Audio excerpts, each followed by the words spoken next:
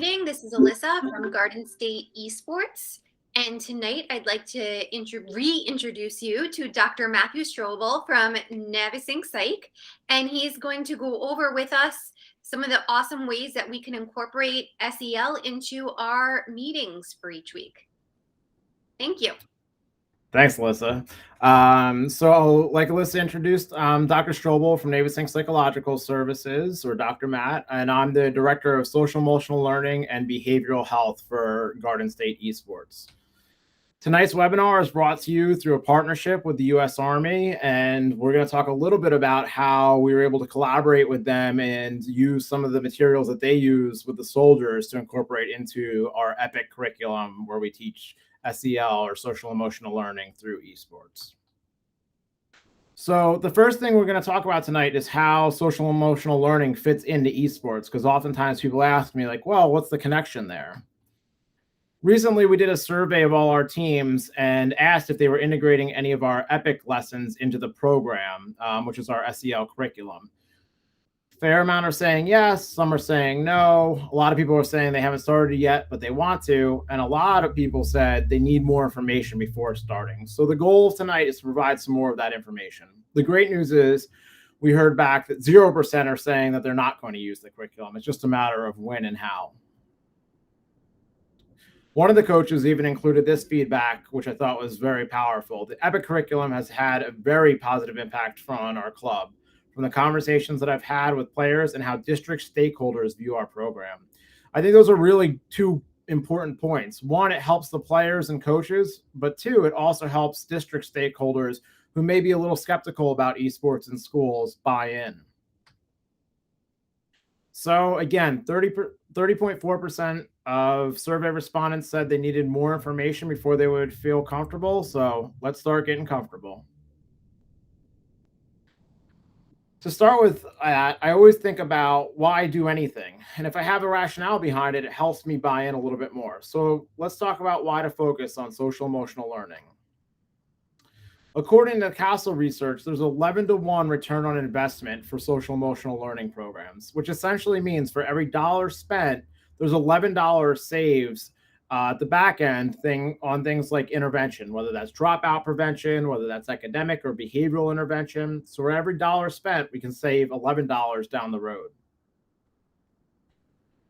Post-graduation, employers highly value employees that have strong SEL skills. And these are skills that are not all that easy to teach on the job site. 92% of surveyed executives say skills such as problem solving, communicating clearly are equal or more important than technical skills. Because again, you can teach those technical skills on the job site. It's a lot harder to teach these other soft SEL skills. And this survey is really interesting to me. They interviewed high school graduates and talked about how well prepared they were for the real world. Most felt that they were pretty well prepared academically, but really lacked in the areas that social emotional learning would cover. So now we have an opportunity to teach these skills early on and help these kids post-graduation.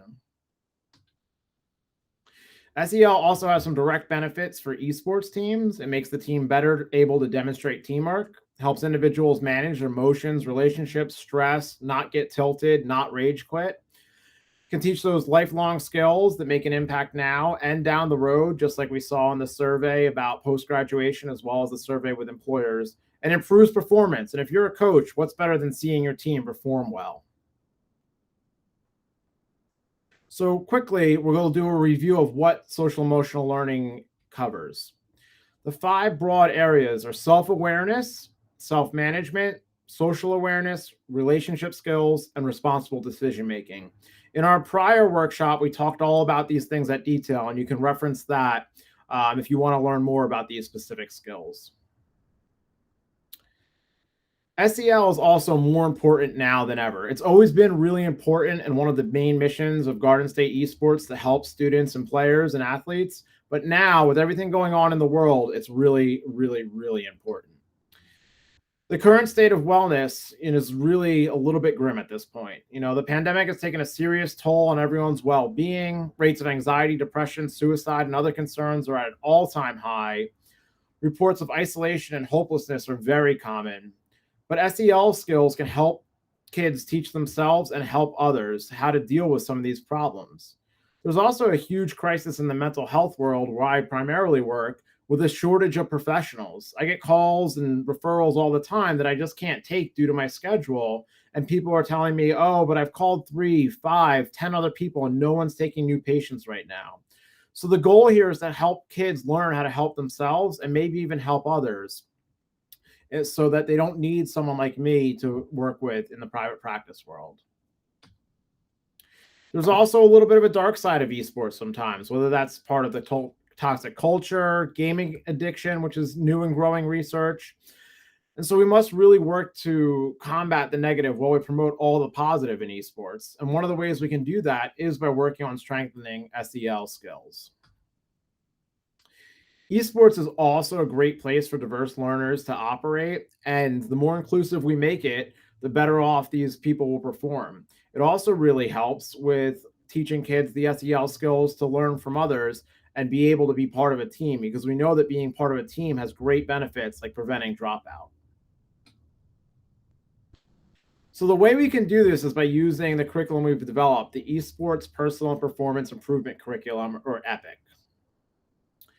EPIC incorporates social emotional learning, mindfulness, sports psychology, wellness, and all sorts of other really important topics. As I mentioned before, part of our curriculum even includes information from the Army that we work together on, such as their performance triad of sleep, nutrition, and exercise. It's based on the CASEL standards, and you'll even see when you look at the curriculum how each lesson corresponds with a CASEL standard, which in New Jersey, the New Jersey SEL school standards are also based on the CASEL standards. So it fits right into required teaching. It's broken down into units, which are broken down into modules, which are broken down into lessons, which is really nice in the sense that you can teach one module at a time and kind of pick and choose what's important for your team at the moment. It's not a lockstep curriculum where you have to teach everything beginning to end. You can start at the foundation and then use whatever's relevant next, which really allows for and promotes teachable moments. For example, we've had feedback from coaches where they've taught the foundation, but then something came up on their team where the team was really struggling to work together as a team. And so they're able to work on all the teamwork lessons, which would have technically come later on in the curriculum, but because of the modular approach, they're able to teach it when they needed to teach it. EPIC's designed to fit right in with your typical esports practice and only take 5 to 15 minutes of that longer practice. It's really an active experience. It's not somebody sitting there talking to kids. It's having kids being involved in learning through hands-on opportunities.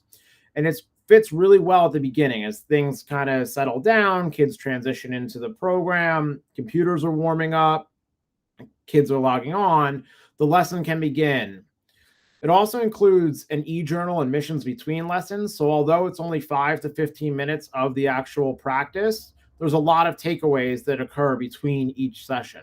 And it's always evolving based on feedback from coaches. So we've had coaches reach out and say, hey, we're having this difficulty. Can you design a lesson for that? And I'll meet with my team and we'll put something together specifically for them. And if it's something we hear other coaches could benefit from, it gets included in the overall program. Some other news about what we're doing as part of the SEL team. We're partnered with Rutgers University. Both their School of Psychology and Social Work are going to be doing a research study starting in January. We're currently in the approval process where they're going to look at the effectiveness of EPIC and how it can combat some of the things that we talked about as the dark side of esports.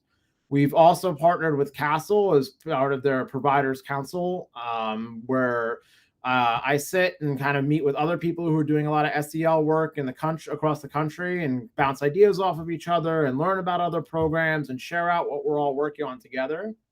We've started an internship program where we have social emotional learning team interns from Rutgers University, Monmouth University, TCNJ. And we're also going to be doing a coaches training with Stockton University, of which teaching the SEL and EPIC curriculum will be a big part of. So, Alyssa, that was a really quick overview of what's going on in the SEL world and why it's important to incorporate EPIC. What questions might you have or coaches have with what we're doing? So can you maybe just briefly kind of describe a typical lesson? So my group comes in, we're all getting logged on, setting up. What would an example lesson look like? Sure, it's a great question. So once you're through the foundational lessons, which are really teaching how to use the journal, how to record your information on sleep, nutrition, and exercise, and setting some overall rules for the team and the group. Um, the lesson would start with a review of the mission from the prior lesson. So everyone would pull up their e-journal, quickly review. Any follow-up questions would be handled. If anyone struggled to complete their mission, the team would talk about that briefly and support each other. And then they would get into an activity. So for example, one of the teamwork activities might be like Calms Down, where you've got to participate in one of the esports games, but your mics aren't working. How do you handle that? How do you overcome adversity? So the team would kind of go through the whole lesson playing with Calms Down. And then the next lesson, they might process that. What was that like? What made you an effective communicator when you couldn't use language? How was that difficult? How did you overcome those difficulties? And share out with the group, and also support the other players on the team about people's strengths, and also help them learn about their personal weaknesses.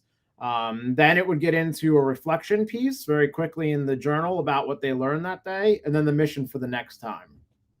And the journal is like typically like a Google Doc, or where are these journals kept? Yep. So as part of Garden State Esports, it's all electronic. It's essentially a Google Doc, exactly, and everything is recorded on there. That sounds so much easier than what I would have thought it would have been.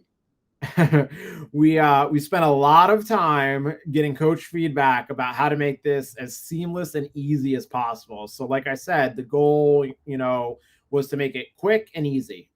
When we initially designed Epic, when I was talking with Chris, it was initially like 10 45-minute sessions, and then we kind of met with coaches and talked about the idea and realized there's no way that's going to work.